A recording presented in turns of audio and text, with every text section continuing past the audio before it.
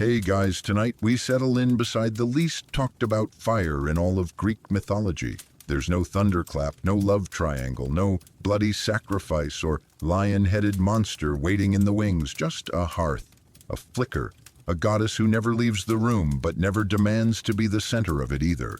The fire is low, steady.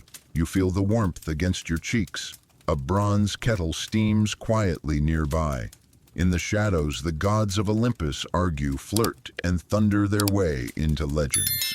But here in the corner of every great myth, always there, never loud, sits Hestia. You probably won't survive this. No, really. If you're looking for drama scandal or some wild betrayal involving a magic horse or a golden apple, I hate to break it to you, but Hestia isn't going to deliver any of that. This is not the kind of goddess who turns lovers into trees or throws cities into chaos. She's the one who lights the first fire and stays up to keep it going, while everyone else forgets where they put the matches.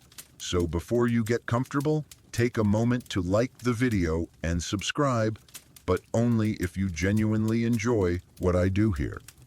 Drop your location and what time it is where you're watching. I love seeing how far this little hearth spreads.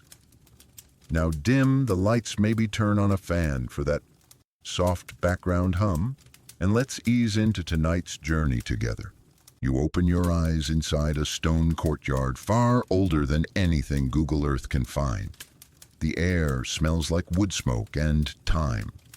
You're seated on a worn cushion near the fire pit, and across from you sits Hestia, not towering, not glowing, not even speaking, just tending the flame. She's not what you expected. No gilded chariot, no lions, peacocks, or winged companions, no golden aegis or enchanted bow, just an apron, simple sandals, and eyes that have seen every fire since the world was formed.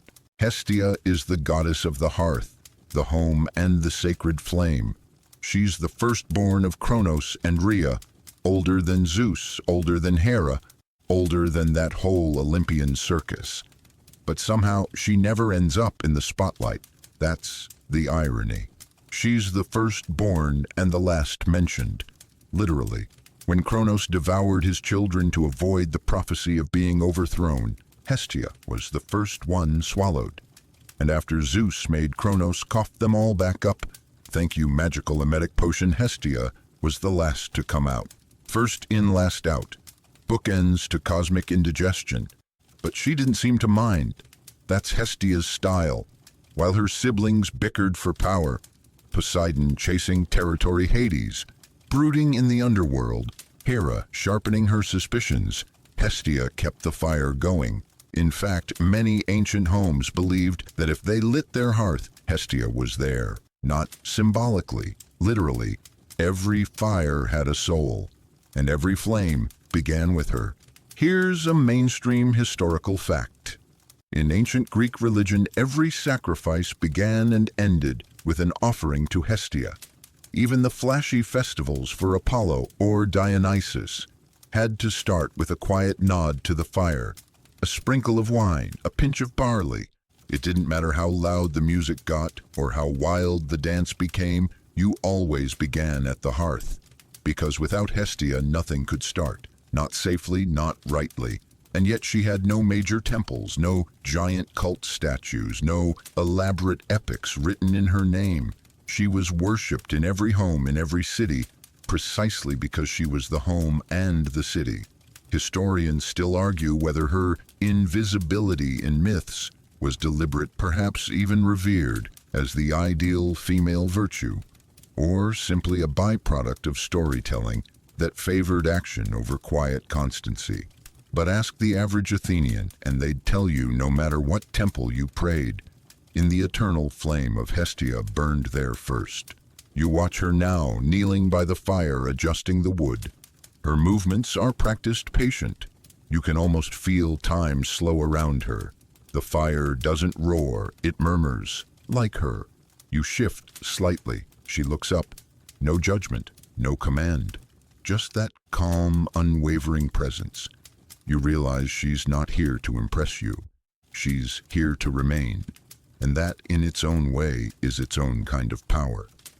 You close your eyes again.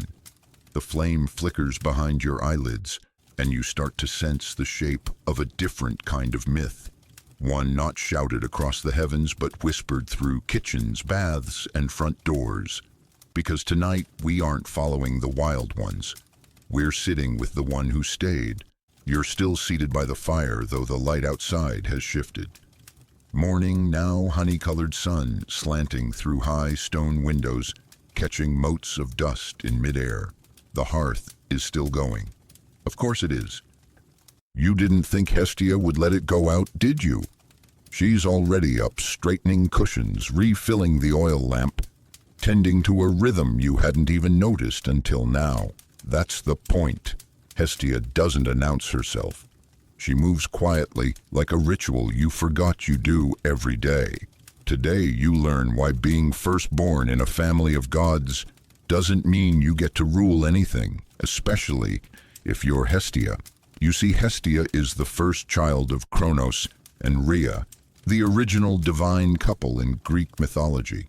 Kronos, the paranoid titan who ate his kids to avoid being overthrown, and Rhea, the mother who eventually said, absolutely not, and helped Zeus launch the most epic family coup in mythic history. When Zeus rescued his siblings, Poseidon, Hades, Hestia, Hera, Demeter, they all had roles to play in reshaping the world. Poseidon took the sea, Hades the underworld, Hera the throne beside Zeus. Demeter got agriculture, but Hestia, she asked for none of it, or maybe she asked for all of it, just in a quieter form. You watch her now as she stirs something thick and herbal in a bronze pot hanging above the flames. She doesn't need servants, she is the rhythm of the place, the pulse of the household, the axis everything else spins around. But she was first, and not just in order of birth. In many Greek hymns, Hestia is named first in prayers. To Hestia first who tends the holy house. It wasn't just politeness, it was priority. Without the hearth fire, the house is dead, the city rootless, the ceremony invalid. And here's where it gets interesting. After being the first swallowed and the last regurgitated, please take a moment to appreciate how many Greek myths rely on divine vomiting. Hestia emerged into a world that no longer remembered her as the eldest. Zeus had already claimed the sky. Hera was already queen. The pantheon was already forming cliques. You'd think she'd push back, stage a celestial HR complaint. But instead she stepped out of the spotlight entirely. Because Hestia understood something her siblings didn't. Visibility isn't the same as value. Here's a quirky tidbit. Some myths say both Poseidon and Apollo proposed marriage to Hestia. Imagine that two of the flashiest gods on Olympus trying to win over the goddess of slippers and stew. She said no to both, permanently.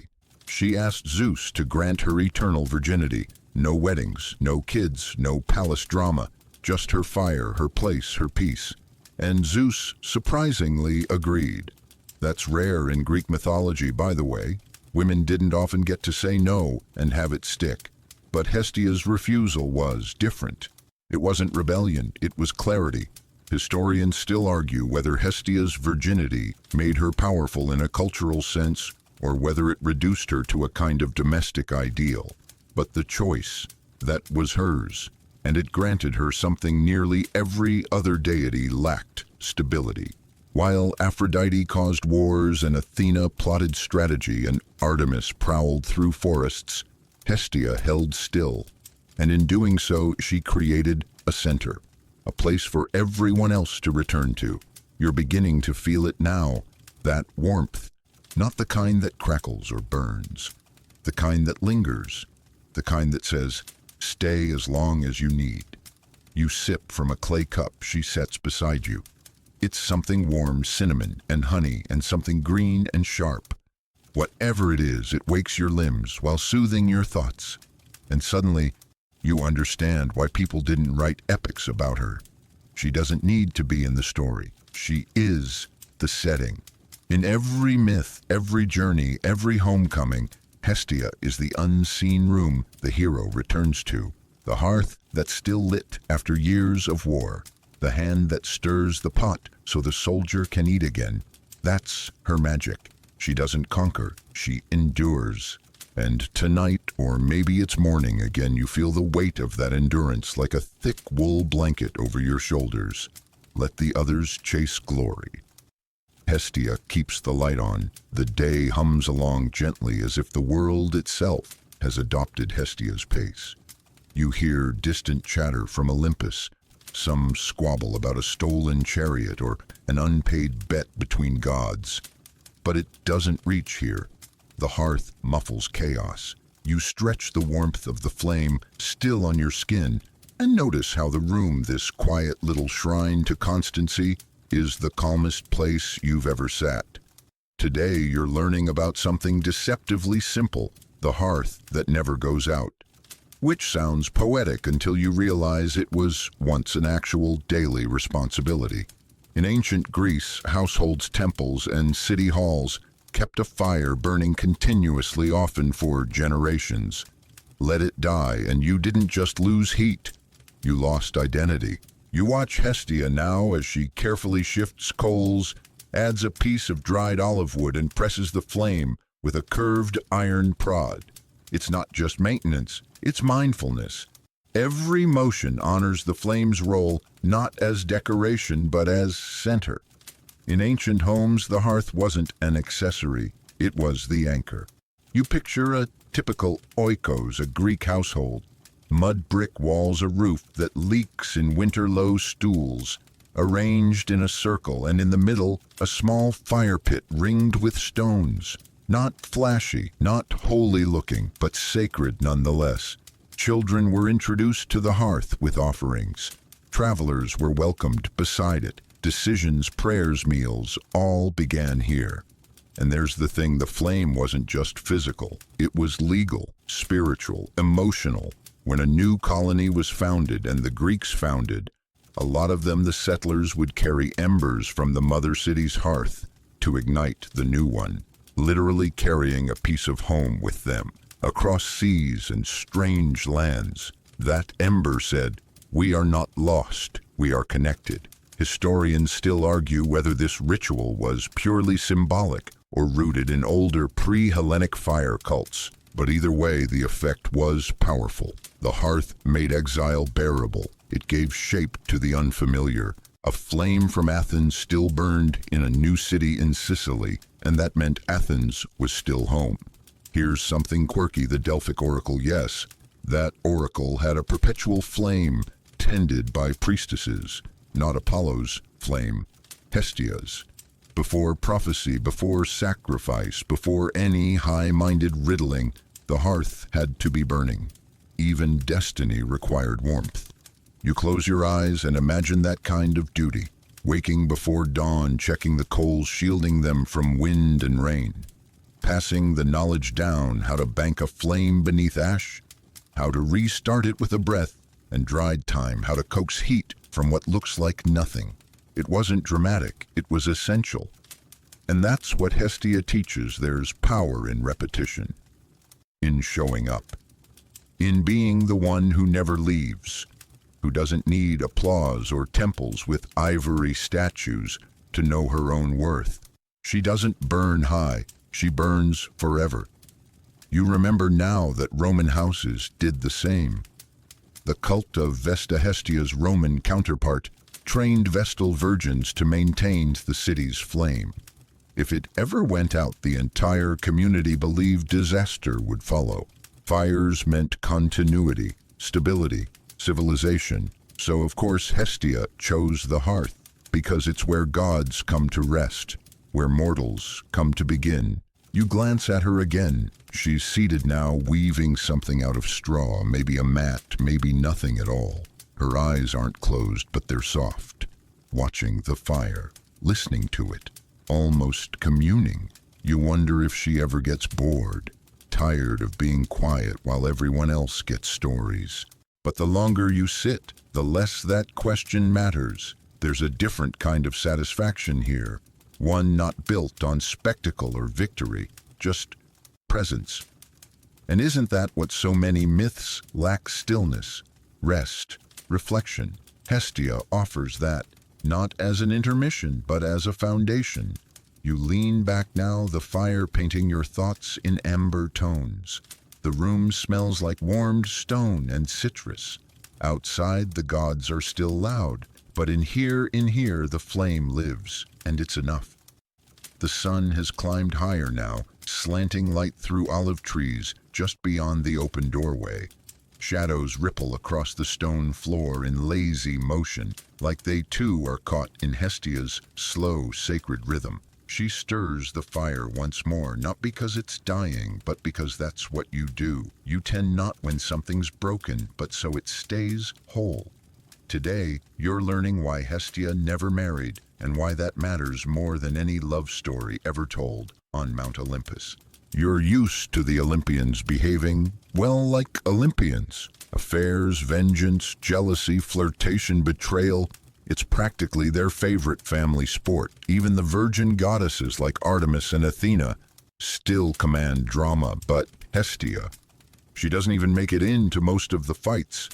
And she chose that. She chose not to marry. Imagine that. At a time when every mortal woman's fate was tangled up in marriage, often arranged, often political, Hestia, literal goddess of the home, said, "No, thank you."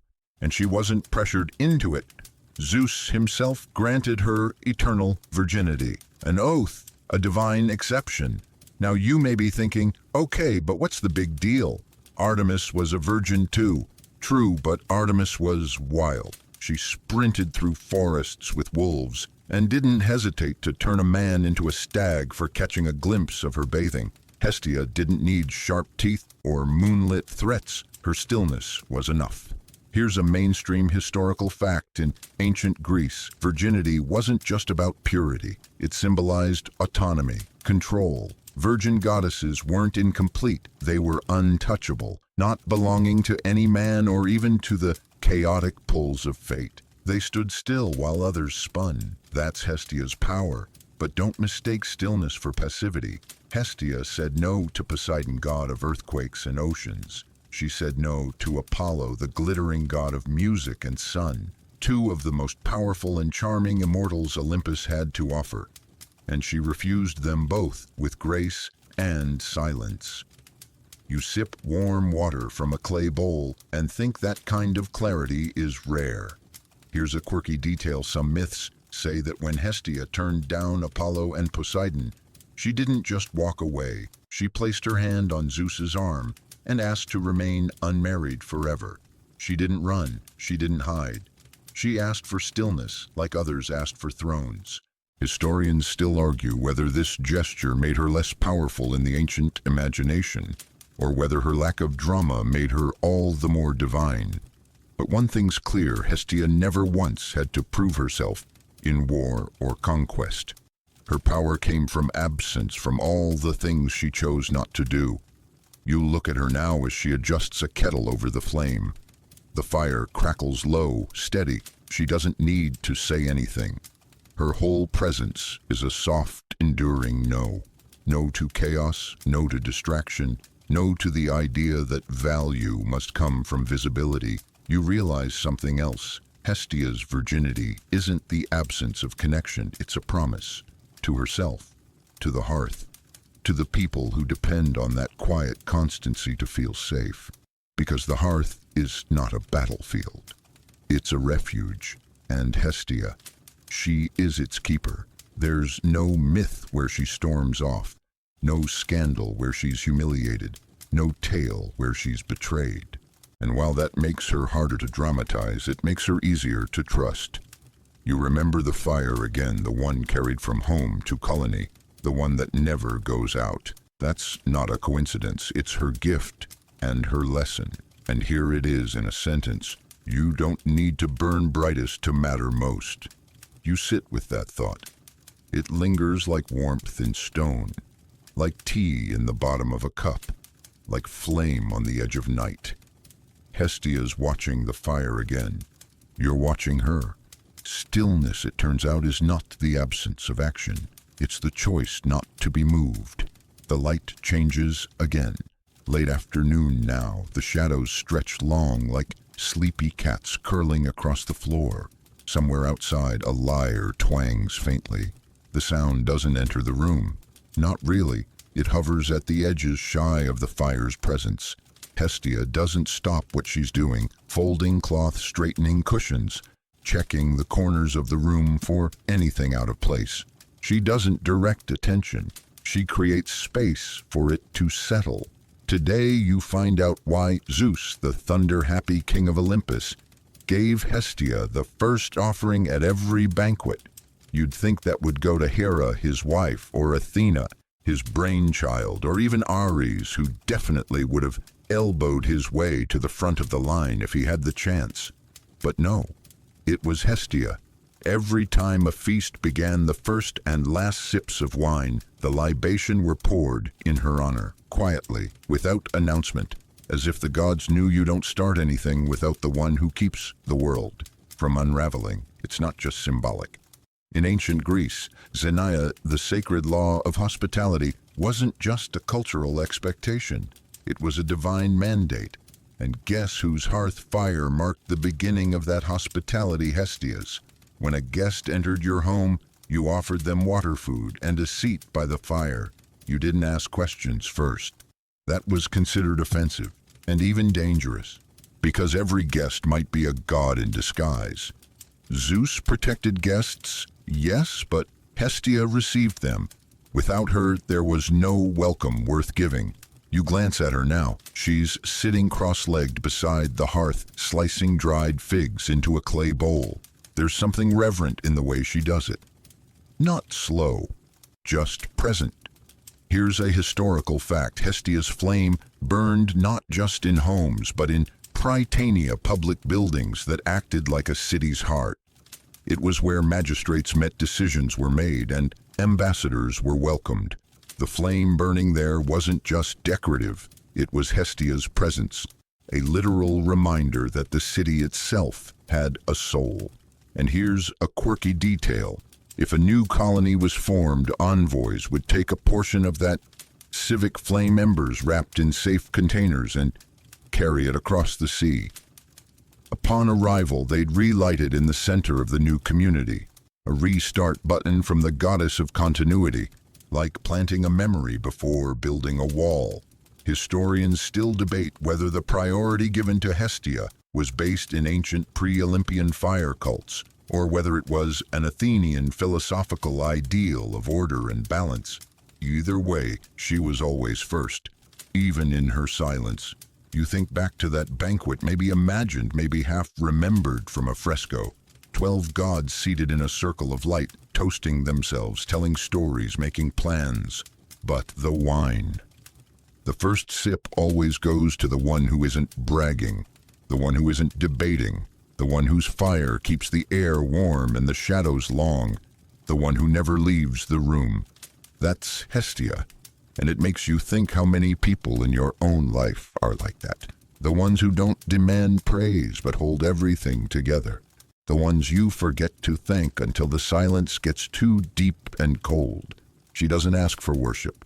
She receives it anyway, with grace, with stillness, with one steady hand tending the flame, while the other offers a fig to a stranger. You accept one from her now, sweet, sun-dried, dusted with something herbal. You chew slowly, not because you have to, because you want to. That's what Hestia inspires: voluntary reverence.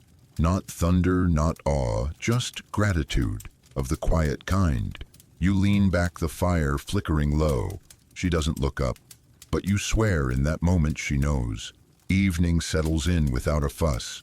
No crashing cymbals or heralding winds. Just a cooling hush, like the world itself has put on thicker robes. The glow of the hearth deepens, casting warm gold across the stone walls.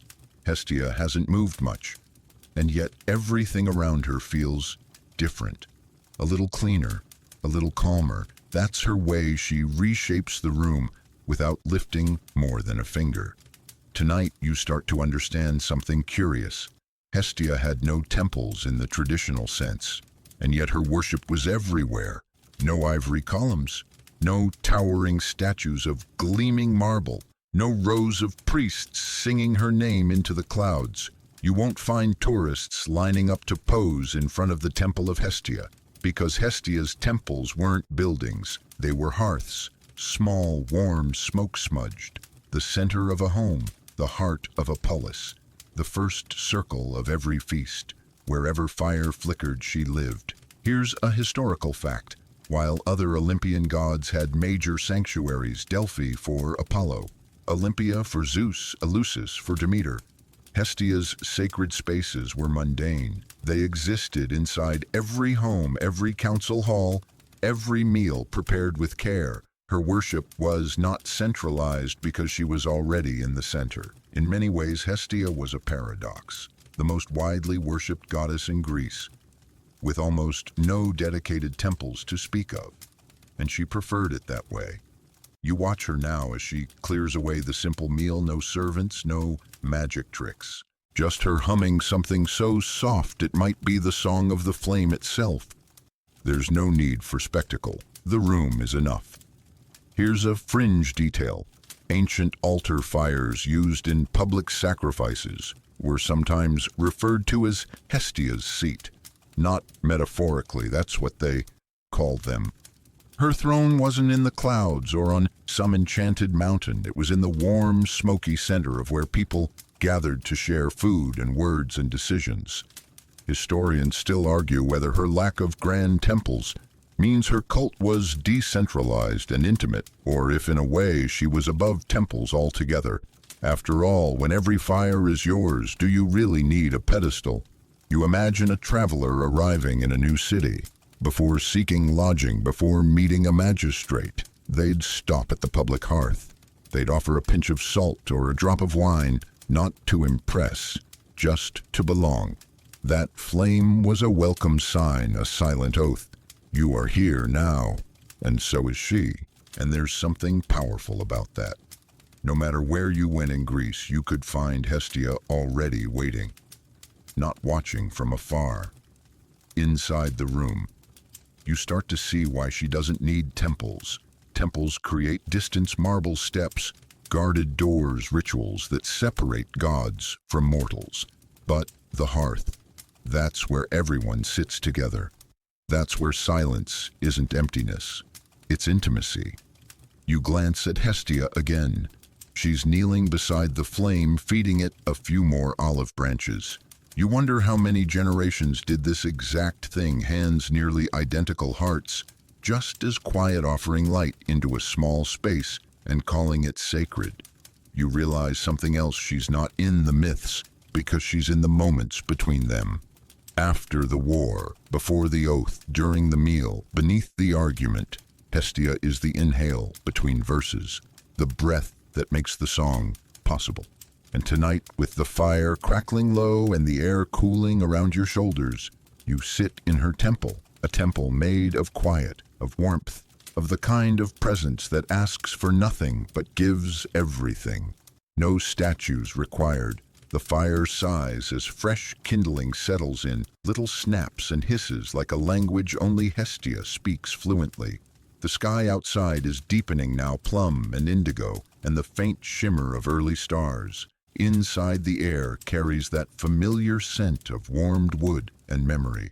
You shift slightly and she glances over just for a moment, not to study you, just to include you, like you're part of the room now, like you've always been. Tonight the story winds its way toward divine politics, the celestial real estate crisis that led to one of Hestia's most overlooked acts of grace. You may have heard of Dionysus, god of wine, madness, theater, and that one guy at every party who somehow convinces everyone to dance barefoot in the garden. He's loud, flashy, wild, and very, very late to Olympus.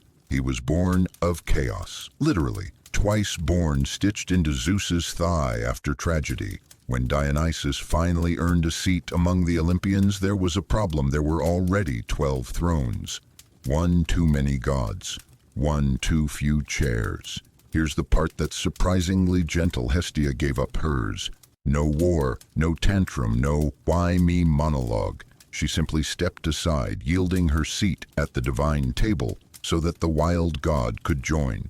She wasn't forced, she chose. Mainstream historians point to this moment as symbolic of the shift from the old, rooted household worship of Hestia to the more public ecstatic cults like that of Dionysus. But there's more to it than cultural change. This wasn't about being replaced. It was about making room. You glance at her now, and the fire reflects in her eyes not as spark, but as steadiness. She never needed a throne to rule. She only needed the flame. And here's the quirky part. Even after yielding her seat, Hestia remained essential. The 13th god sat at the table, yes, but every meal still began with her. Every home still centered around her flame. She became something more elemental, no longer just a seat at Olympus, but its very warmth. Historians still debate whether this was a late myth to justify changing worship practices, or whether it reflected a real reverence for her subtle power. But the story held, and the fire kept burning. You sip something warm, again tea, maybe, or spiced wine, and picture the throne she gave up. What did it look like? Polished bronze, simple wood? It doesn't matter, because it's empty now, not lost, just available for someone else to sit for a while. You realize that's part of her lesson too, holding space. Not in spite of power, but because of it. Where others compete, she clears a place. Where others demand attention, she offers presence. And there's something disarming about that. Disarming in a way that slips past your defenses and tucks itself into your thoughts like warm hands around a clay mug. You think of how rare that is in myth, in history, in life. To step aside without stepping away. To remain central without being centered. Hestia didn't leave Olympus, she just stood behind the chairs, like the flame behind the feast, like the silence behind the story, like the breath before the toast. You look over again, she hasn't moved, but the fire is glowing just a little brighter. Night has finally taken hold, full and quiet, wrapping Olympus in a velvet hush. Outside, a breeze teases the tops of cypress trees, rustling them gently. Like an old friend brushing your shoulder without needing to speak. Inside, the hearth still glows. Not roaring, not fading, just steady like her. Hestia places a small oil lamp beside you, its soft amber halo overlapping with the fire's broader warmth. She doesn't say anything. She doesn't need to. You know what tonight's story is about. Legacy. But not the kind etched into marble or shouted from mountain peaks. This is the legacy that lingers long after footsteps fade, the kind passed on in gestures and habits, in how you stir a pot or greet a stranger at the door. You see, while other gods had temples and cults and stories brimming with spectacle, Hestia's influence bled into culture itself. Her worship wasn't just a formality, it became habit, ritual, home. Here's a historical fact: in every official Greek sacrifice, the first and last offerings were always to Hestia, every time. Not just in homes, but in state ceremonies. Before you honored Zeus Hera or Athena, you gave thanks to the hearth. The fire was both curtain rise and final bow. She framed the divine drama without ever stealing the scene. Even in the grand festivals like the Panathenea in Athens or the Olympic rites in Elis, when grand altars were heaped with offerings, the flame that cooked them, that sanctified the food, that purified the space, was Hestia. And yet most sculptures of her are modest. She's usually seated, veiled, composed, while others pose with thunderbolts or shields or hunting spears. Hestia holds a branch, a bowl, maybe a flame cupped in her hands. Here's a quirky tidbit. Some ancient vases depict her not just as serene, but as invisible. A flame in the corner, a shadow by the fire. As if the artists knew you don't show Hestia, you feel her. And that might be her greatest legacy. She redefined what it meant to matter, not by being seen, but by being felt. Historians still argue whether Hestia's near erasure from theatrical myth was due to shifting political landscapes or male-dominated storytelling traditions. But in households, in kitchens, in quiet morning prayers, she never disappeared. She just blended in. You glance around the room now. The walls seem warmer than they should be. The cushions a little softer, the air heavier with peace. You think of your own rituals, the way you make tea, the way you fold laundry while humming, the way you double-check the stove before bed, not because you're worried, but because someone once taught you to. That's Hestia.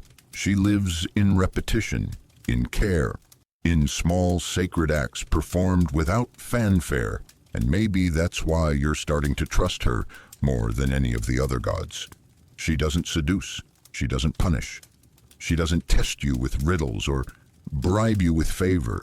She simply waits with open hands and a steady flame.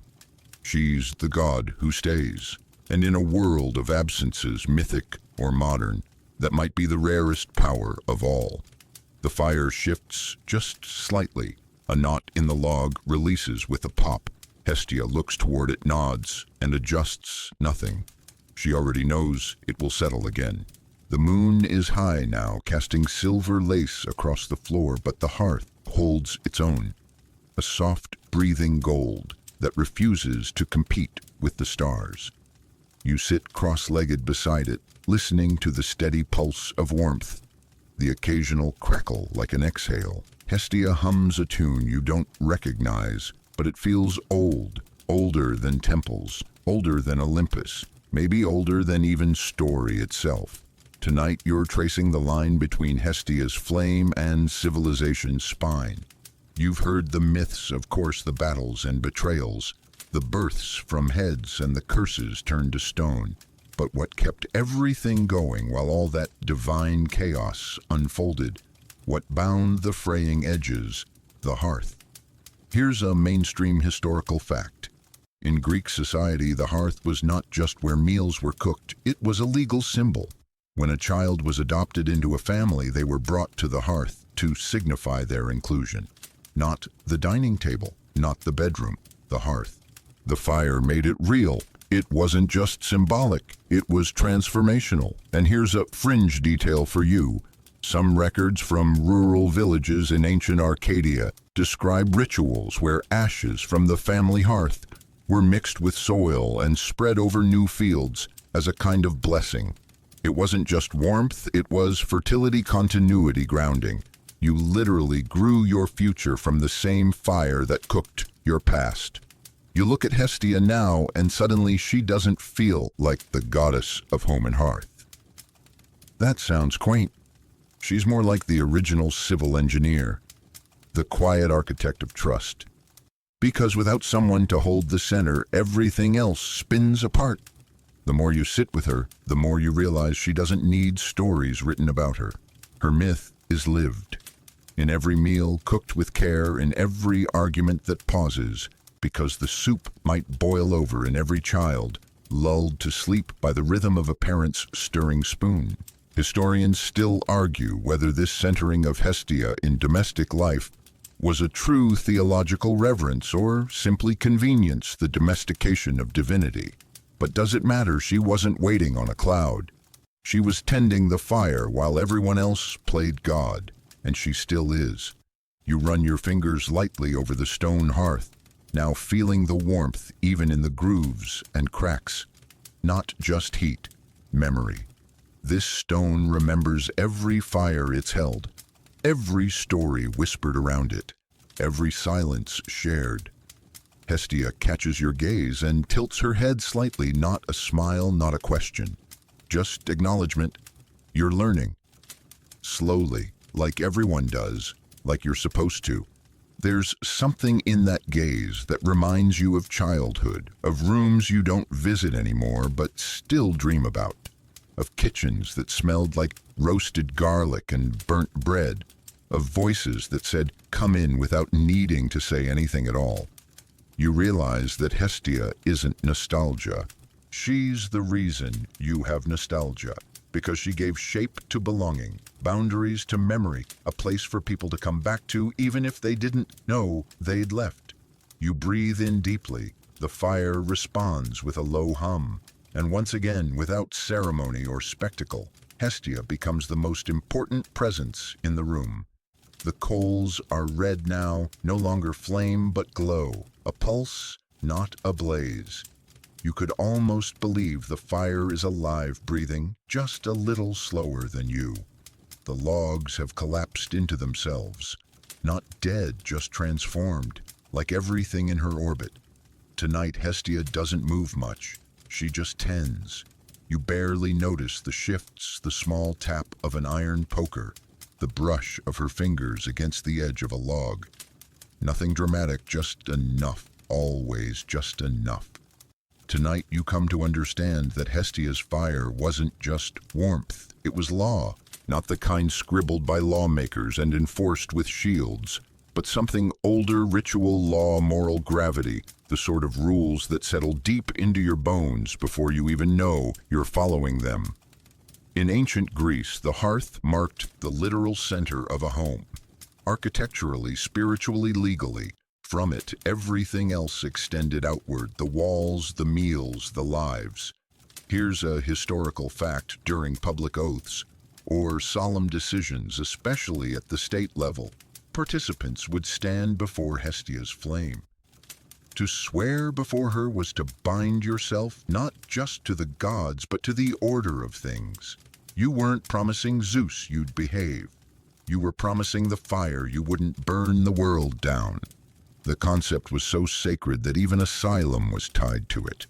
A person could seek refuge at the hearth in a private home, or at the public hearth of the Prytaneon.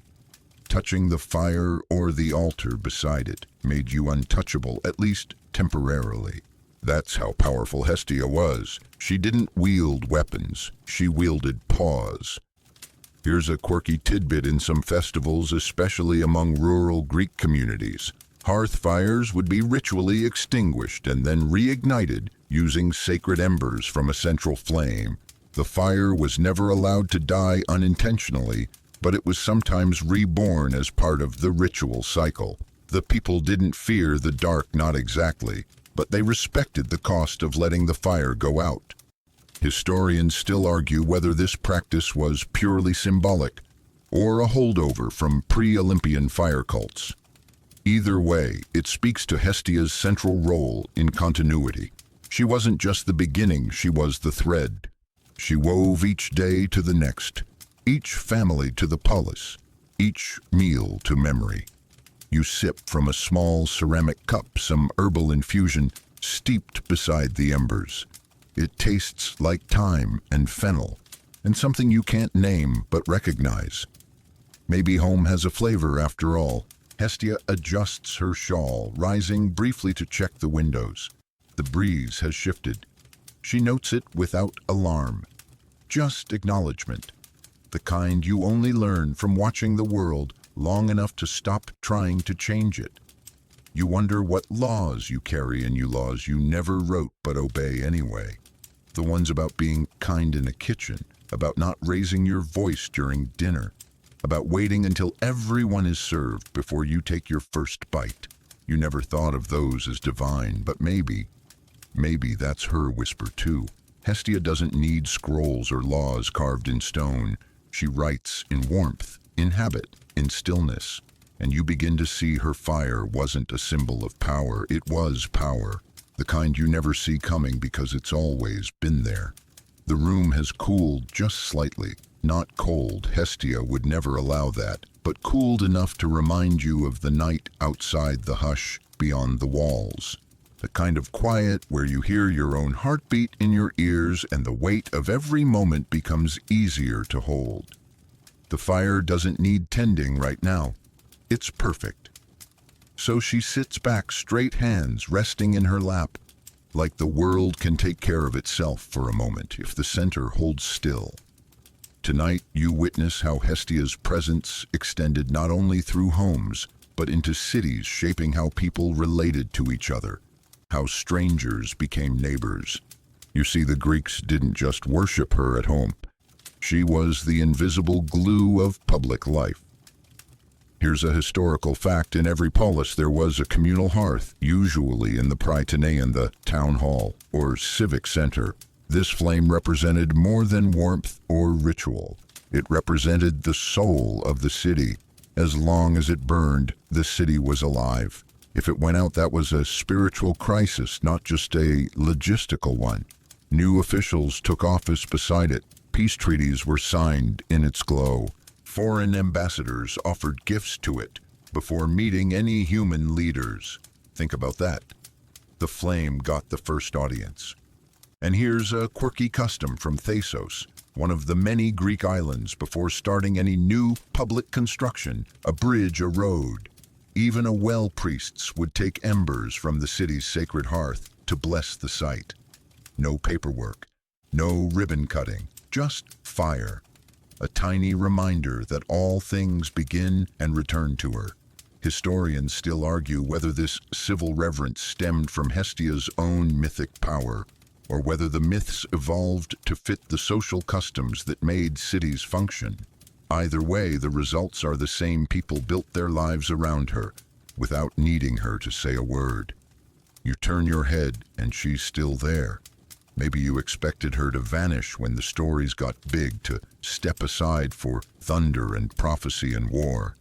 But no, she's still here, still watching, still anchoring the room. And now you start to understand something even deeper. Hestia wasn't just about warmth or peace or tradition. She was about connection, not dramatic reunion or tearful goodbye, but the quiet moment when you hand someone a bowl and they take it without needing to ask what's inside, because they trust you, because they feel safe, because the flame is still burning. You sip again from your cup. The herbs have steeped longer now, stronger, darker. It's not bitter, just present, like her. And as you watch her fold a simple cloth with care, you wonder how many people missed this version of power, how many passed by without noticing, how many sought Olympus in the clouds and missed it, flickering quietly in a family's fire pit. She doesn't raise cities or command armies. She keeps the center from crumbling. She makes everything else possible. And tonight, the city inside you feels a little more held together.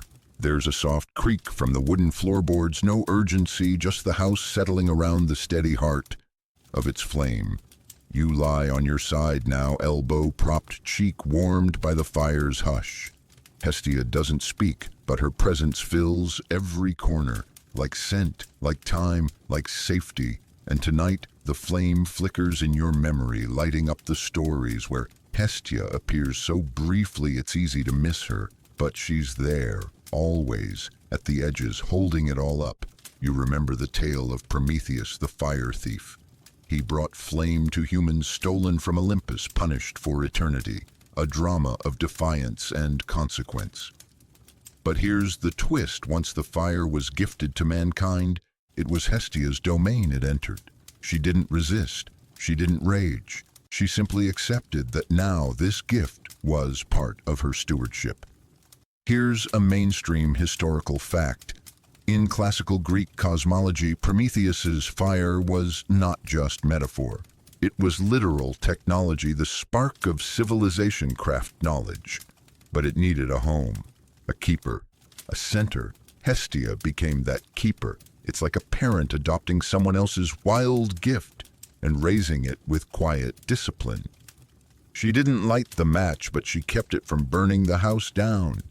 And here's a quirky angle in some fringe Orphic texts, esoteric, poetic, half-whispered down the corridors of antiquity. Hestia is linked to the cosmic egg, the first crack of existence, not just hearth goddess of home, but of origin.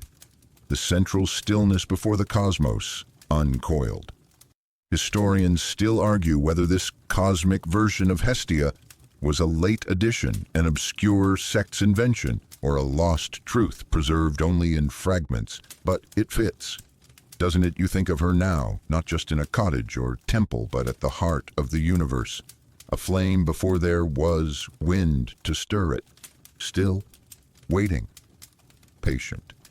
Even now you notice how your own breath has slowed. You match her pace without realizing it.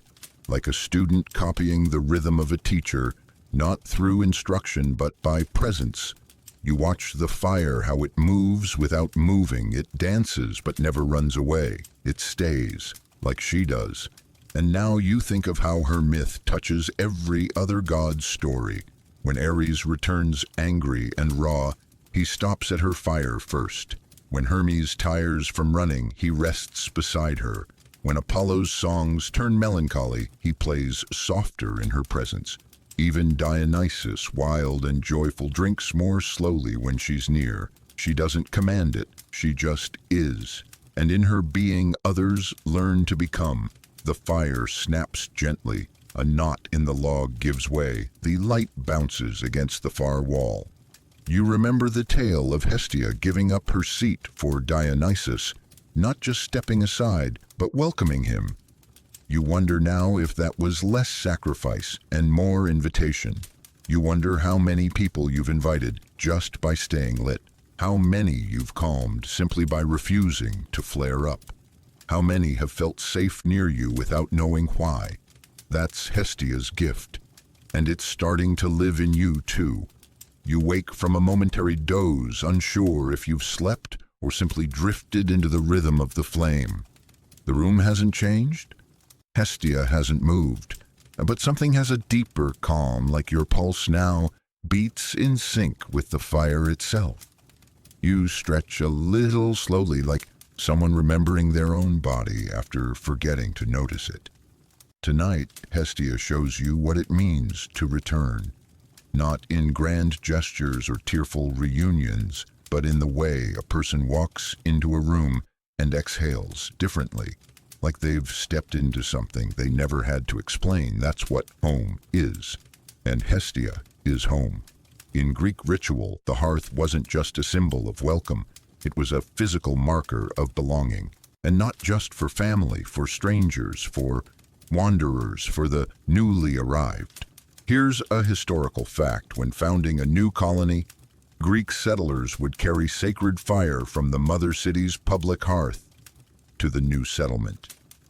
That ember carried in clay pots across the sea was not just a practical tool, it was a literal transplant of identity. The fire didn't just cook food, it carried culture. To relight it in foreign soil was to say, we are still us. And here's a fringe detail. Some fragments from old Athenian legal texts suggest that children born to slaves who were granted freedom were officially accepted into the household only after a hearth rite. Without it, the bond was legal but not emotional. It wasn't real until it had Hestia's warmth. Historians still argue whether these rituals were widespread, localized, or deeply personal, but the stories remain. Ashes carried like treasure, flames protected through storms, fires passed from palm to palm across miles. You look now at Hestia and realize she's the continuity no one sees. The thing that makes every house feel less like walls and more like storyline. And you think about how often you crave that return, not just to a place, but to a version of yourself. One that breathes more slowly. One that recognizes the smell of bread without needing to name it. One that remembers the comfort of certain silences. She hands you a slice of something bread. You think, though it's dense and sweet and still warm from some oven, you didn't hear open. You eat it slowly, and each bite tastes like safety, not pleasure, not indulgence, belonging. And you realize Hestia never demands gratitude. She just offers moments like this again and again, trusting that eventually you'll understand their worth. She doesn't keep score, she just keeps keeping. You imagine yourself far from here in a strange place. You picture a fire waiting for you, one that smells familiar, and somehow you know it would still be hers, even across time, even across oceans. Hestia doesn't care where you've been. She only cares that you made it back. The embers are lower now, soft and deep like the heartbeat of the earth. You draw the blanket up over your shoulders. It smells faintly of ash time and something older linen washed too many times to remember when it was new. Hestia shifts in her seat, folds her hands and closes her eyes, not in sleep but in stillness. there is a difference. Tonight you learn about her silence, not the awkward kind. Not the kind that stretches too long in a conversation, but the kind that grounds, that holds, the kind that makes space for other people's stories to unfold. Hestia rarely speaks in myth. You've noticed this by now. Other gods shout, seduce, scheme, swear, oaths.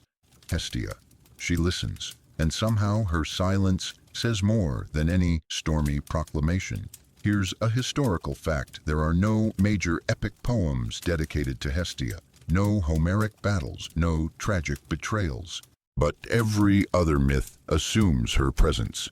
She is in the background of every feast, every homecoming, every moment where people gather with food and breath and story.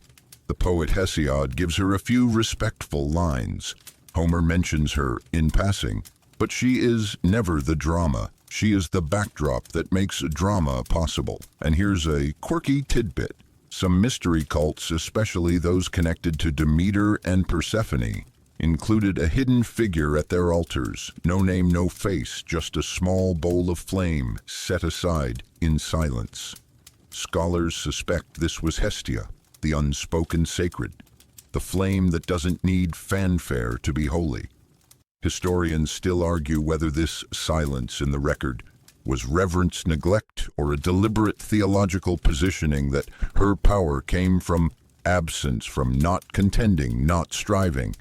You think about the people in your own life who anchor rooms without speaking, the ones who remember how you take your tea, who notice when the windows need opening, who smooth the corner of a tablecloth just to make the room feel kinder. They're not forgotten, they're felt. You watch Hestia now. She hasn't said a word in hours, and yet you know exactly how she feels. She is content, present, endlessly patient. And maybe that's the point. Not all divinity needs a voice. Some gods speak through warmth, through repetition, through quiet acts that ripple out through generations. You think back, when was the last time someone sat beside you like this, needing nothing, offering everything? You wonder how often you have been the silence that held someone else's storm. And you realize this isn't stillness as absence. This is stillness as strength. She breathes slowly. You match her breath without meaning to. And in that soft, shared rhythm, you begin to understand why the Greeks gave her the first offering at every meal. Not because she demanded it, but because she never did. The night stretches long and velvet outside the window. Somewhere far below Olympus, mortals sleep beside crumbling hearths, dreams curled like smoke above their heads. But up here the fire never dies. It hums low and faithful, and Hestia, still seated, still calm, watches it, like it's telling her a secret only she knows how to hear. Tonight the fire dances with memory, and so do you. You think back to stories buried deeper in the mythscape, ones barely whispered among the grander tales. Stories where Hestia appears not as a figure, but as a force. There's a quiet one older than the others about how she was courted by both Poseidon and Apollo, two gods immense in power and pride, vying for the hand of the one who tended the flame. And what did she do? She said no. No storms, no songs, no seductions, just no. Here's the historical fact. Hestia took a vow of eternal virginity. She refused marriage and romantic entanglements, not out of fear or bitterness, but to remain undivided, whole, to keep her attention fixed on her flame.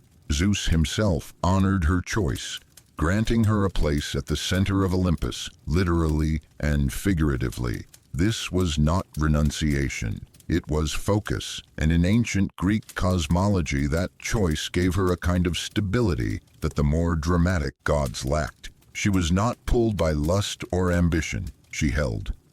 Here's a fringe detail for you in some rare versions of the tale.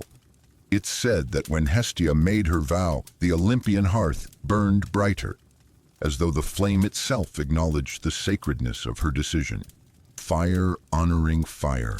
Historians still debate whether this virginity was symbolic or doctrinal, whether it marked divine chastity or simply the prioritization of duty over desire. But one thing is clear, Hestia didn't disappear into silence because she lacked stories. She chose it. She made a life out of tending, not chasing. And in doing so, she became the anchor the other gods didn't know they needed. You sip again from your now cool cup. Even the flavor has changed, less herbal, more earthy, like something that's been steeped too long, but somehow tastes better for it. You smile, because you're steeping too. Every hour by the fire, every breath beside Hestia, you're absorbing something ancient and steady and wholly out of fashion, and yet something that feels more vital than ever. You look around and realize nothing here is wasted. Every cushion has its place. Every ember has its glow. Even your presence feels like it fits. There's a power in saying no to chaos, in choosing peace, in tending instead of conquering. And now the fire cracks again. A single spark jumps up before curling back into the ash. Hestia watches it. You do too. It's just a spark, but somehow it feels like an answer. Dawn is a rumor on the edge of the horizon, now not quite visible but tugging gently at the edges of the night. The fire hasn't dimmed. It simply shifts to meet the mood, less glow, more ember. Lee? Hestia reaches forward with a simple iron tool and nudges the logs just once. They settle into a new configuration without protest. You wonder how many lifetimes she spent doing exactly that.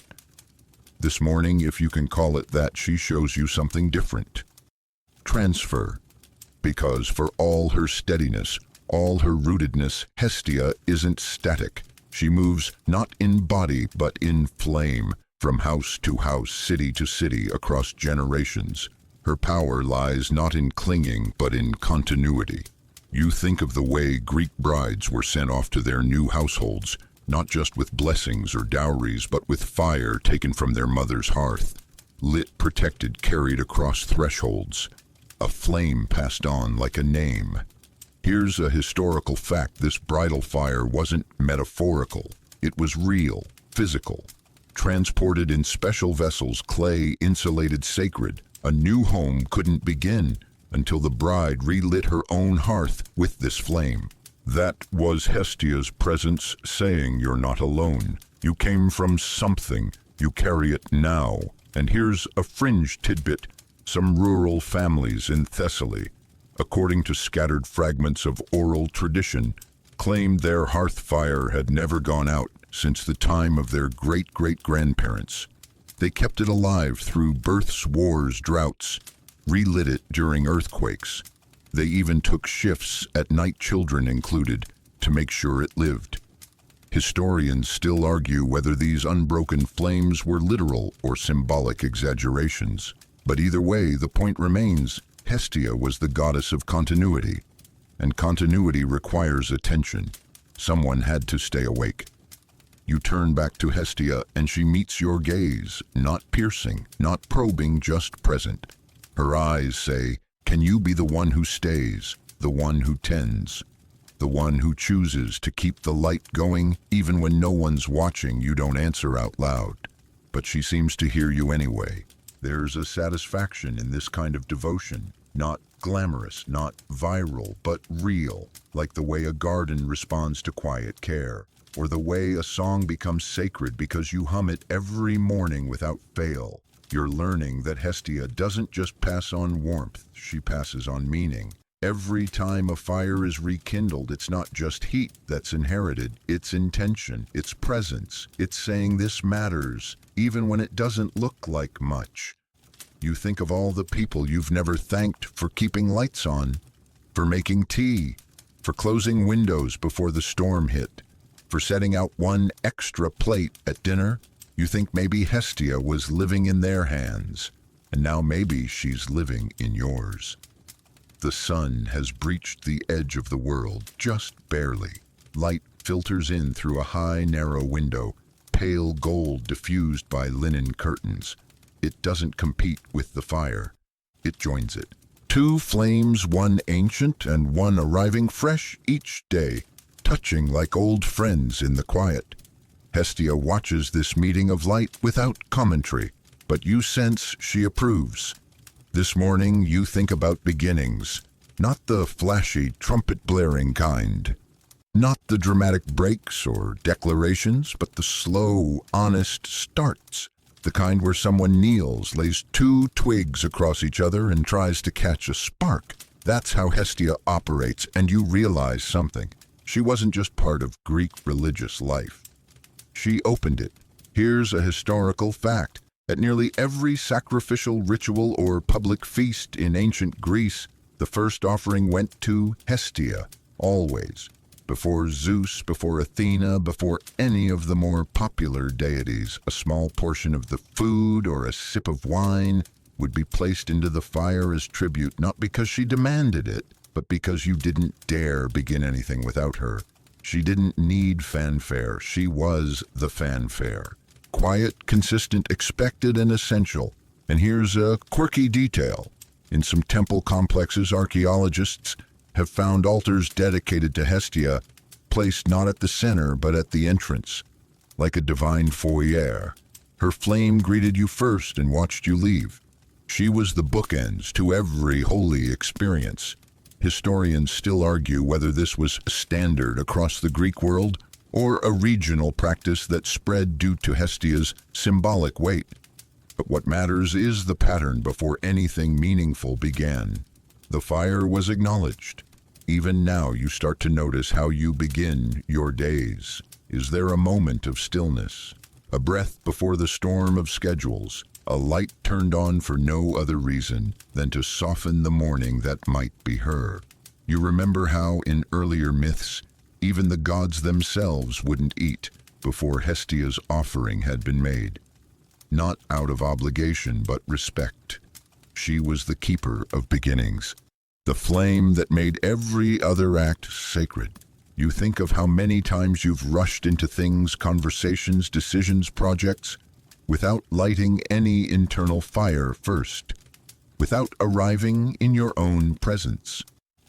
And suddenly Hestia's quiet rituals feel like wisdom, not formality. She reaches over and places something in your hand, a single seed. You don't ask why. You just know even the smallest beginnings need to be honored. Because when you light a fire properly, it doesn't just warm you, it welcomes the day. Later in the morning now, and the world outside has begun to stir. You hear birds, cartwheels, a distant voice calling out for olives or bread market sounds. But inside, everything still bends around the fire. Around Hestia, she's kneeling now, slowly stacking small lengths of wood with gentle precision. Not because the fire needs it, because she knows it will. That's her rhythm, always one moment ahead of collapse, always sustaining, never scrambling. Today, you learn about hospitality. Not the performative kind with folded napkins and 3 kinds of cheese. The ancient sacred Greek kind, xenia, a contract written in warmth, not ink. And Hestia was its first clause. Here's a historical fact. In classical Greece, guests were considered sent by Zeus, but they were welcomed by Hestia. She was the one who ensured the guest was seated, offered water, given bread. Only after that could anyone ask who the guest was. Names came after nourishment, stories after safety. That's divine etiquette. And here's a fringe detail. Some older, less celebrated household shrines included not just Hestia's flame, but a small statue or carved token for the unknown guest, a placeholder for whoever might arrive without warning. These symbols weren't just superstition. They were reminders. Prepare for others, even the ones you don't yet know. Historians still argue whether this inclusion of the unknown guest was meant to reference Odysseus-like travelers' ancestors, or even gods in disguise. But what's certain is this hospitality wasn't a gesture. It was a duty, a sacred one.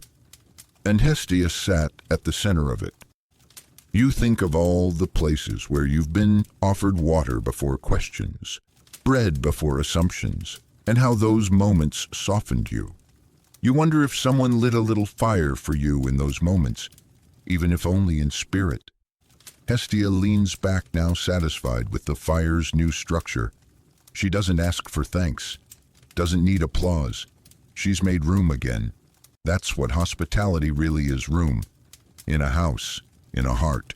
You think of the old rule, don't speak ill in front of the hearth. Not because the hearth would strike you down, but because it was a place of peace, a line that shouldn't be crossed. How different the world might be if more rooms had such invisible boundaries, if more conversations began with warmth instead of challenge. You sip something new, a tisane of citrus peel and wild honey.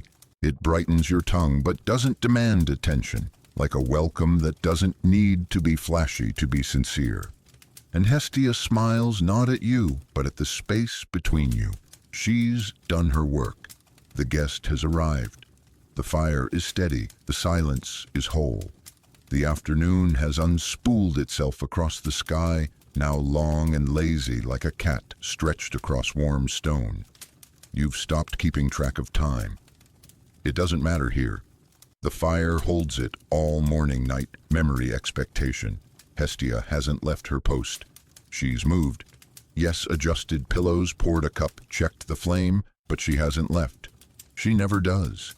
Today, she teaches you about balance, not the Instagrammable version where you juggle 12 things and still have perfect hair. The real kind, the kind that whispers instead of shouts, the kind that knows when to do less. You notice how she breathes, evenly, how she moves, no wasted steps. You've watched her build, sweep, tend, pour all with the same unhurried grace. And it clicks. This is divine economy, the art of doing only what's needed and doing it well. Here's a historical fact. Hestia had no temples in most cities. None were required. Her shrine was the hearth of the home, the fire in the public hall, the center of the already existing. She sanctified what was there. No marble needed, just warmth. And here's a quirky tidbit. In Delphi, the omphalos stone marked the navel of the world, the mythical center of everything. While Apollo's temple drew the crowds, it's said that a hearth fire always burned nearby for travelers. A subtle nod to Hestia, because before people came to speak to the gods, they had to arrive, and she welcomed them. Historians still debate whether her lack of grand temples means she was less revered or more omnipresent. But most agree her power didn't need monuments. It lived in maintenance, the quiet devotion to dailiness. You think of all the work done when no one is watching, dishes washed after others have slept, logs gathered before rain falls, letters written not to impress but to remember. That's where Hestia lives. You hear a laugh now, soft, young, outside. Children, maybe. Someone's dropped a basket and olives scatter across the stone. Hestia doesn't rise, but she smiles. She doesn't need to manage everything. She's taught enough. The flame keeps itself now. You glance at the fire, still strong, still calm, and suddenly you realize it hasn't burned bright or low. It's just been reliable, rhythmic, the pulse of a god who doesn't ask to be seen. You lean back on your elbows, eyes half lidded. There's nothing to chase here. Nothing to prove. Just the warmth of presence, the honesty of stillness, the sacredness of enough. The sky begins its slow descent toward amber, the light outside the window taking on that dusky hue that makes everything feel like a memory, even as it happens. You sit beside the hearth again, no longer a guest. You realize with a kind of quiet certainty that you live here now. Not in bricks and walls, but in the rhythm, the repetition, the reverence. Hestia has taught you how to stay. Tonight she teaches you about center, not just as a place, but as a principle. You watch her arrange bowls on a table, not for any ceremony, just for supper. But even this simple act holds grace. One in the middle, three around, balanced by instinct. The fire at her back glows as if approving. She doesn't need to check for perfection. She simply knows when the circle feels right. Here's a historical fact. In Greek city-states, the Prytaneum, often the public hall or council house, held the sacred fire of Hestia. This was the literal and spiritual center of the city. When new settlements were founded, fire from this central hearth was carried to light the new flame. The polis itself had a heartbeat, and it was hers. And here's a fringe detail. Some philosophers, including Heraclitus, wrote about fire as the logos, the rational structure of the universe. They weren't speaking of wildfires or torches. They meant the ordered fire, the kind that Hestia represented, steady, eternal, balancing all things. Historians still argue whether this connection to logos was deliberate theology or poetic coincidence. But there's something poetic about the way the ancients aligned stability with flame. Not water, not stone, flame. Because fire, when tended, becomes the most faithful element. You sip something warm, now mulled wine, spiced and slow. It lingers on your tongue, earthy and grounding. Hestia pours herself a cup too, sits across from you, and for a while, neither of you says anything. You just are. Two presences sharing a still point in the spinning world. You begin to understand what center means. It's not just location, it's responsibility. The center holds not because it's grand, but because it must. Because everything else orbits around it. And it must choose to stay lit. You think of your own life. Where is your fire?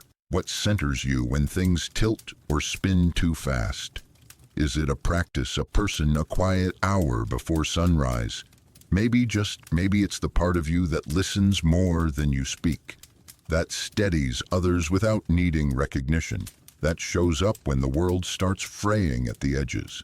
That Hestia seems to say with her eyes is divine work too. You finish your cup. The bowls stay warm. The fire unsurprisingly does too. Because some gods don't move mountains. They just keep the mountain warm inside. The stars return one by one, threading themselves through the velvet canopy above like careful embroidery. There's something sacred in the way night reclaims the world. No shouting, no rushing, just arrival. You glance at the hearth. It glows without effort. Hestia hasn't added a log in hours, and yet the warmth hasn't waned. Tonight she invites you to consider endurance. Not in the heroic sense, no charging into battle, no feats carved into stone. This is softer, quieter, the kind of endurance that builds not through adrenaline, but through repetition, the kind that lights a fire again and again and again. Here's a historical fact. The Vestal Virgins of Rome, though Roman and not Greek, were dedicated to the goddess Vesta, Hestia's Latin counterpart. Their central task, keep the sacred fire burning. If it went out, it was considered a dire omen for the empire. Entire rituals were performed to reignite it with celestial fire, pure, unsullied, often from the sun itself. And here's a fringe detail. Some ancient Greek households practiced a ritual on the first day of each month called the Noumenia, a small, quiet ceremony where offerings were made to Hestia. At the hearth, sometimes just a bit of barley or a pinch of salt, a way of saying, we begin again, we endure. Historians still debate whether these private rites were universally practiced or mostly regional customs kept alive by elder women in rural areas. But what they do agree on is that Hestia's worship didn't fade easily. It simply folded itself into routine, becoming indistinguishable from life itself. You shift on your cushioned eyes, tracing the firelight on the walls. You begin to see how survival isn't always grand. Sometimes it's just showing up with dry wood and trying again. You think of the mornings you didn't want to rise but did. The meals you made even when no one thanked you. The words you held back because peace mattered more than victory. That's endurance. And Hestia, without ever raising a sword or summoning a storm, might be the most enduring god of them all. She meets your gaze now. There's something in it, not pride exactly, but a kind of gentle knowing. Like she sees all the invisible labor you've carried and wants to say, I see it too. You smile at her. The kind of smile that only comes when you finally feel recognized, not for being loud or beautiful or brilliant, but for being consistent and kind and still here. The fire whispers now. Not in words, of course, but in little crackles and shifts, like it's telling a story only the very still can hear. You lean in. You don't need to understand every syllable. You just listen. Tonight, Hestia teaches you about legacy, not the kind etched in monuments or measured in empires, the quiet kind, the kind that outlives memory not because it's grand, but because it's woven in. You begin to sense it in the details, the worn rim of a clay bowl, the groove in the floor where someone always sits, the way a room seems to exhale after a candle is lit. These are the places where Hestia leaves her fingerprints, not carved but pressed gently into the soft dough of daily life. Here's a historical fact: Hestia gave up her seat among the 12 Olympians so Dionysus could join. Voluntarily, without scandal, without a fuss, she chose not to be counted among the headline gods so she could remain where she was most needed, at the hearth. And here's a fringe detail: some later Greek writers referred to Hestia as the first and last, the one who receives the first offering, and the one to whom the last flame is entrusted, not because she changed the world, but because she kept it from unraveling. Historians still argue whether her replacement by Dionysus signaled a shift in values from order to chaos, home to revelry. But others suggest it was a reminder even gods can let go when the time is right. Hestia didn't need the throne. She had the center. You look around the room again. It's unchanged. Still simple, still warm. But something feels different now. You're not watching the fire anymore. You're tending it. Without even realizing it, you adjusted a log, nudged a coal, lifted a cup before it could boil over. Your body has begun to mirror hers, not out of duty but alignment. That's how legacies work, not by force, by invitation. You think of the people who taught you how to care without words, the ones who folded your laundry while you slept, who checked your windows before storms, who left lights on in case you came home late. They were never statues or stories. They were Hestia too. And now, so are you. The fire doesn't roar, it doesn't blaze, but it stays. And that, more than anything, is what lasts. The room is cloaked in evening now, not just dim, but softened, as if the edges of everything have been gently sanded down by twilight. The fire continues unhurried, a low amber hum at the heart of it all. Hestia wraps a shawl around her shoulders, not from cold, but as a gesture, a ritual of closure. The day is tapering, and with it another layer of lesson begins. Tonight is about return, not in a dramatic hero comes home sense, in the sacred way that a circle closes, that a breath loops back to its beginning, that a fire given space and fuel finds its shape again. You start to notice how much of Hestia's domain is cyclical. Meals, days, seasons, even human lives, always spiraling inward and outward like the soft whirls of smoke rising above the flame. She doesn't push the world forward, she reminds it how to come back. Here's a historical fact: when Greek colonies were established, fire from the mother city's hearth, Hestia's fire was used to kindle the hearth of the new settlement, a literal link across oceans, a return to origin even as people moved outward. And here's a curious tidbit: in some ancient philosophical circles, Hestia was symbolically associated with the concept of the cosmic center, the still point around which all motion revolves. Not the sun, not the earth, but the stillness between. An idea barely grasped, whispered more than explained. Historians still argue whether this association came from early Orphic teachings or later Neoplatonic thought. But the symbolism is clear: Hestia is not the flame that leaps. She is the hearth that holds it. You look at her now not just as a goddess, but as a mirror. How often do you return to yourself, to silence, to what you know calms you? Do you have a hearth within? a place you revisit not because it's exciting, but because it reminds you of who you are. Hestia doesn't ask that you stay forever. She only asks that you return, that you remember where your warmth lives. You stretch your legs beneath you, the cushion has molded to your shape, the fire has adjusted to your presence, and for a moment you feel completely at home, not just in place, but in pattern. It's not the end of something. It's the fold back into center, back into steadiness, back into Hestia. The night deepens and the stars press closer like quiet onlookers.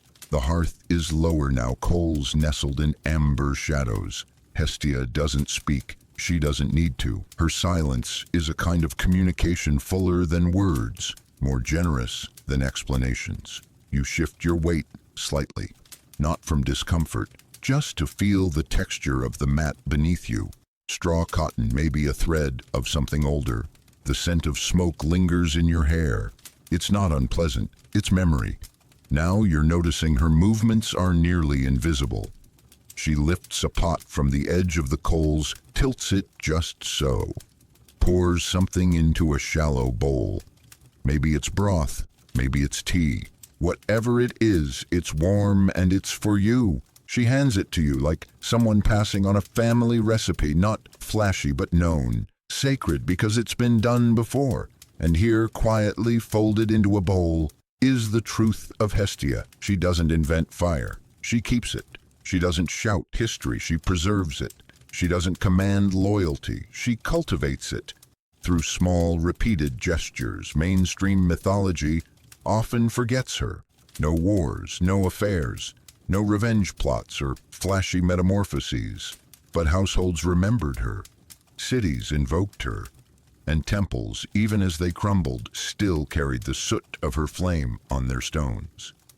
A quirky note from the ancient world, while other gods were featured in plays and epics, Hestia rarely made an entrance.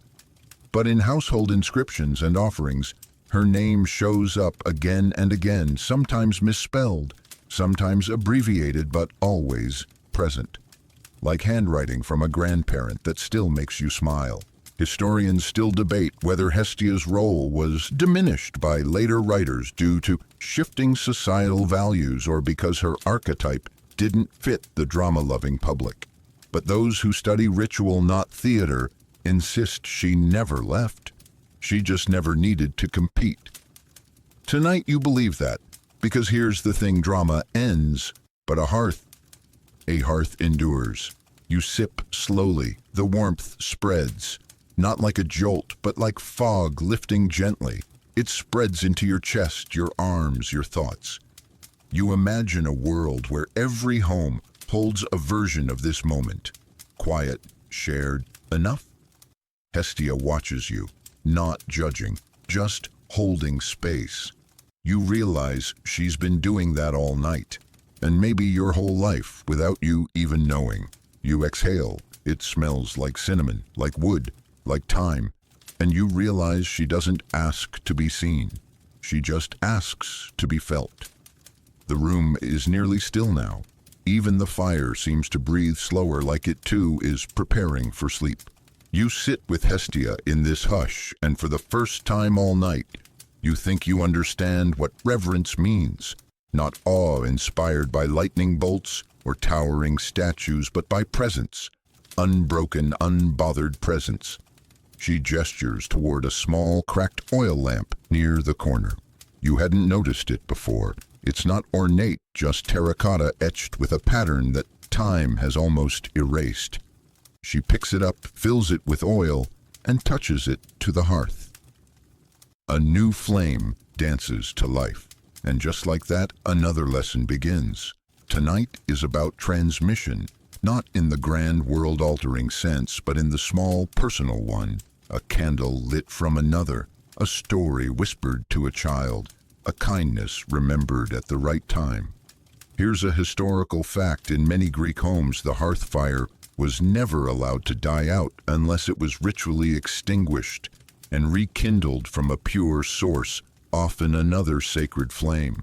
It wasn't just about practicality, it was about continuity. a link in an invisible chain stretching backward through generations. And here's a fringe tidbit. There are rare mentions in old village tales, mostly oral, rarely written down, of traveling priestesses who carried embers from temple hearths wrapped in wool and clay. These were tokens of blessing, gifts for new households, or to mark the end of mourning. They were carried like relics, not because they burned, but because they remembered.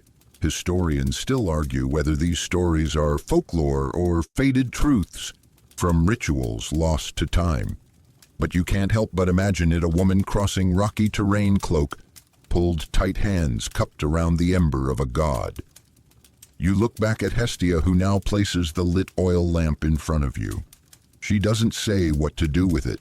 She trusts you'll know, because that's what transmission is.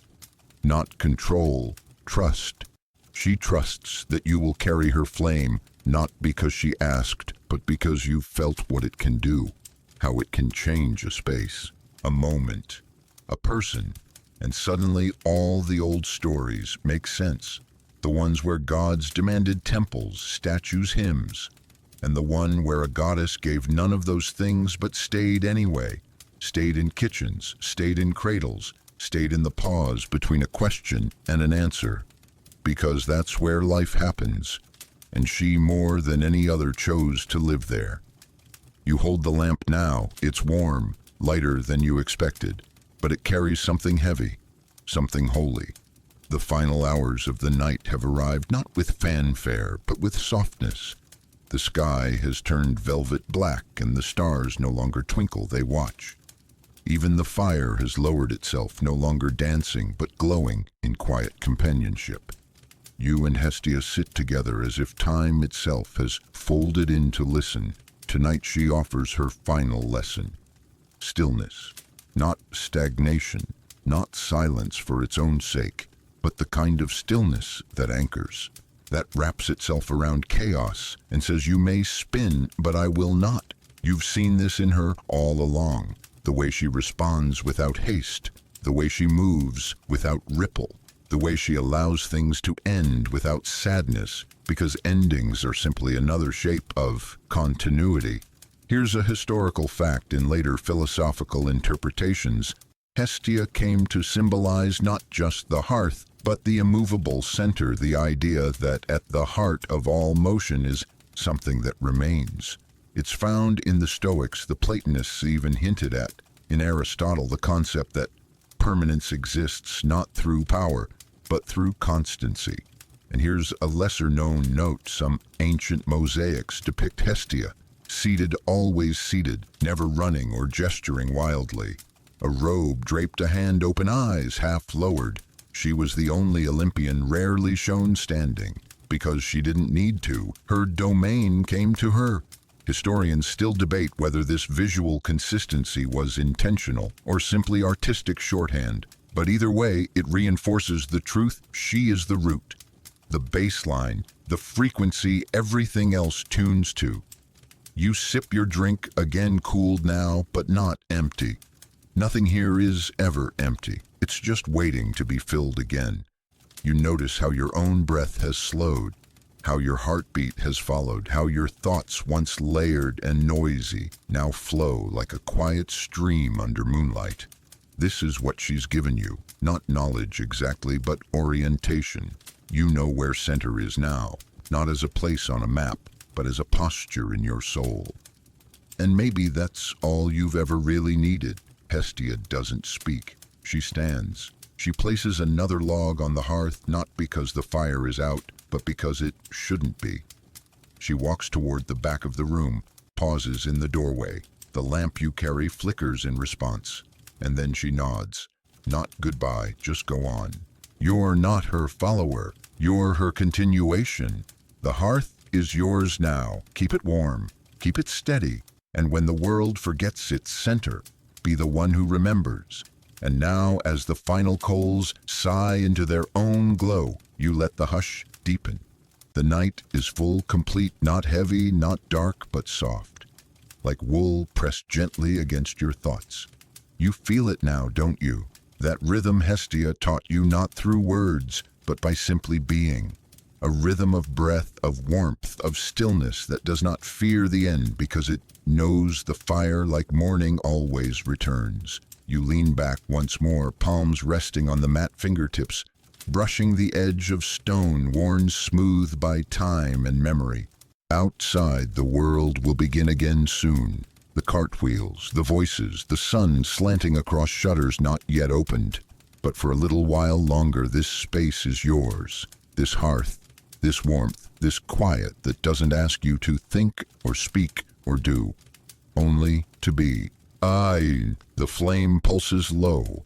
Not dim, but gentle, like it's aware you're getting sleepy. Hestia's chair is empty now. She left nothing behind but calm. And yet you know she's still here, in the glow, in the grain of wood, in the shape of the bowl by your side. Her lessons were never in the grand gesture. They were in the folding, the tending, the enduring. So you close your eyes finally. Let the last image settle like a shawl around your shoulders, a hearth that never needed a temple to be sacred. A goddess who never needed a crown to be honored. A presence who never left and never will. Sleep now if you wish. There is nothing more to learn tonight. The fire is steady. The room is whole. And you are home.